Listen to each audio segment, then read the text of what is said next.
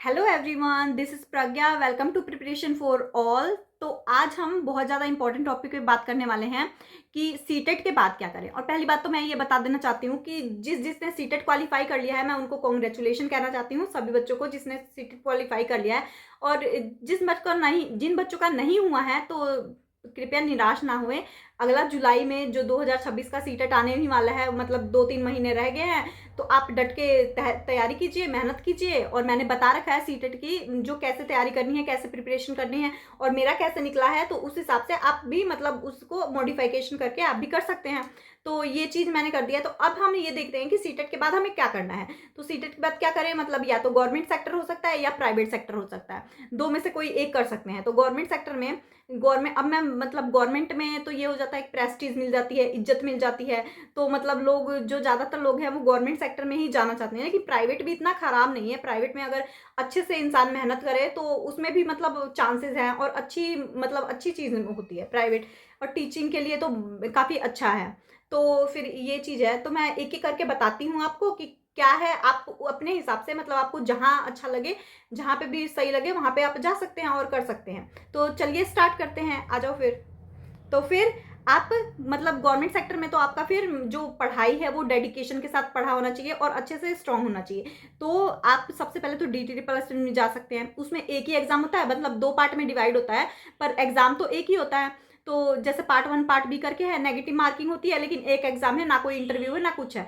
तो आप DTT plus B में जा सकते हैं। दूसरा है KVS में भी जा सकते हैं। बहुत ईजी, मतलब ईजी तो नहीं, इसमें इंटरव्यू होता है, सेंट्रल लेवल का एग्जाम है, लेकिन आप वहाँ पे भी उसमें भी जा सकते हैं। बहुत सही सही एग्जाम है, सेंट्रल लेवल का है। फिर है आपका सुपर टेट मतलब यूपी टेट का एग्जाम है। जो सुपर टेट है यूपी का एग्जाम है। अभी अभी यूपी टेट ने भी अपनी, यूपी टेट वालों ने वैकेंसी निकाली है।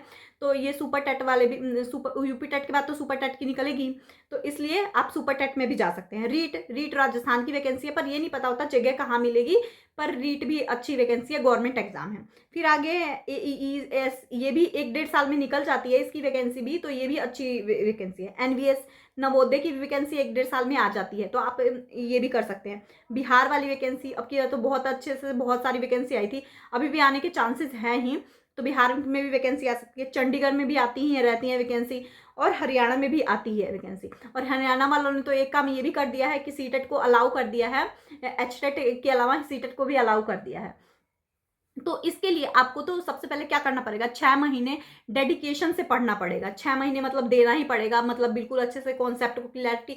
और सिलेबस थोड़ा सा डिफरेंट होता है, तो आप मतलब कि पूरा एक बार एक किसी चीज की तैयारी कर रहे हैं तो एक मान के चलिए कि सारे एग्जाम की तैयारी वैसे ही हो जाएगी, क्योंकि सबका सिलेबस सेम होता है। कि सिर्फ आपको क्या करना पड़ता है, PYQ लगाने पड़ते हैं, क्योंकि उसके लैंग्वेज और पैटर्न जानने के लिए। तो इसमें इतना कोई बड़ी चीज नहीं है। तो एक की अगर आपने डट के तैयारी कर ली तो आप 1-2 साल में मतलब कितना, एक एग्जाम तो निकाल ही सकते हैं। कोई सा भी एग्जाम, किसी भी जगह का, किसी भी स्टेट का, या फिर DTT+B का कोई भी एग्जाम अगर अच्छे से आपने तैयारी करी है तो वो निकाल सकते हैं।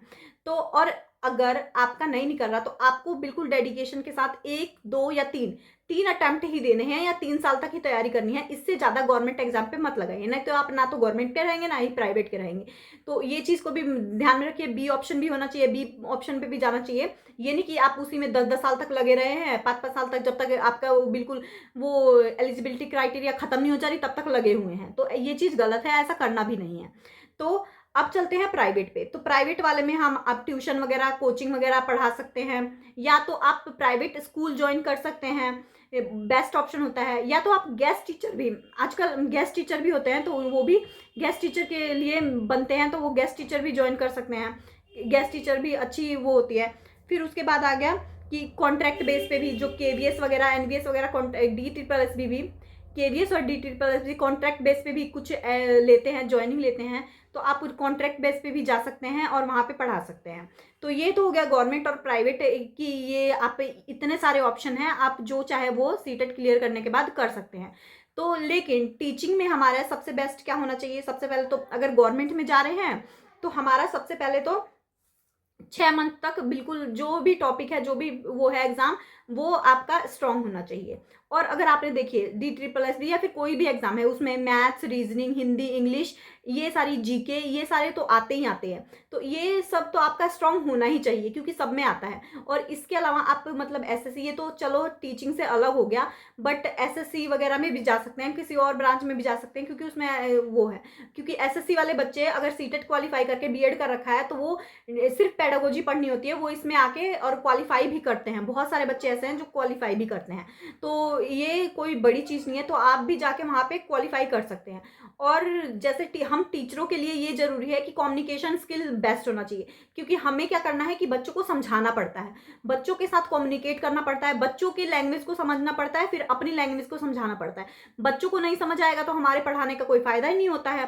तो इसीलिए बच्चों को समझाने के लिए हमारा कम्युनिकेशन स्किल बेस्ट होना चाहिए। तो इसके लिए हम क्या कर सकते हैं, ट्यूशन वगैरह पढ़ा सकते हैं, या फिर कोचिंग वगैरह भी पढ़ा सकते हैं, या फिर मतलब अगर आप गवर्नमेंट जॉब की तैयारी कर रहे हो तो फिर प्राइवेट स्कूल में पढ़ा सकते हो, लेकिन 6 महीने तक डेडिकेशन के साथ सेल्फ स्टडी करनी है, उसके बाद ही प्राइवेट में जाना है।